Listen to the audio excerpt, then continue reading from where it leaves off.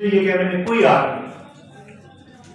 اگر آپ 73 کے آئین کو دیکھیں, اگر آپ 18ویں ترمیم کو دیکھیں, اس کے اندر جو رائٹس دیے گئے, سینٹ کے اندر جو 4 سیٹس رکھی گئی,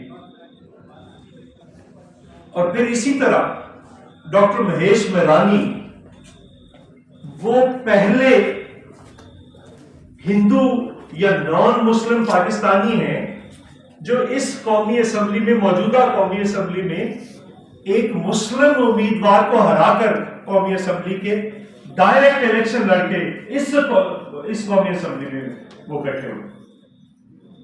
ہری رام میر پر خاص سے, یہ تھر سے ہیں, ہری رام شہر سے جیت کر بیٹھے ہوئے. تو یہ پاکستان پیپلز پارٹی ہے جو یہ سمجھتی ہے, اور ہم نے کبھی نہیں دیکھا, اور ایسے ایسے لوگوں کو ٹکٹس دیے ہیں. سینٹ کے ممبرس میں ہے, یہ جو خاتون ہے جو ممبر سینٹ ہے,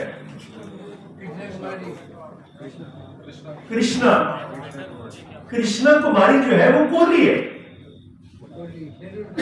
یعنی جو سب سے شیڈیول کاسٹ میں جو سب سے کمتر جس کو سمجھا جاتا ہے ہندوؤں کے اندر, اس کو اٹھا کر اس ملک کے سب سے بڑے ایوان میں بٹھا دی.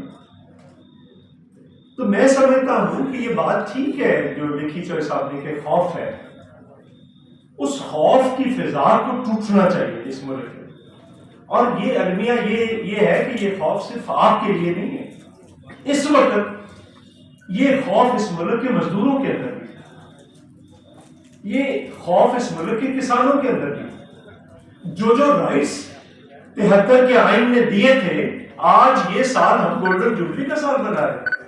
اس کمیٹی کا میں بھی ممبر ہوں جو گولڈن جوبلی کے لیے پاکستان پیپلز پارٹی نے بنائی, میاں رضا باقی صاحب چیئرمین پنجاب سے, اس کو ریپرزینٹ میں کر رہا ہوں.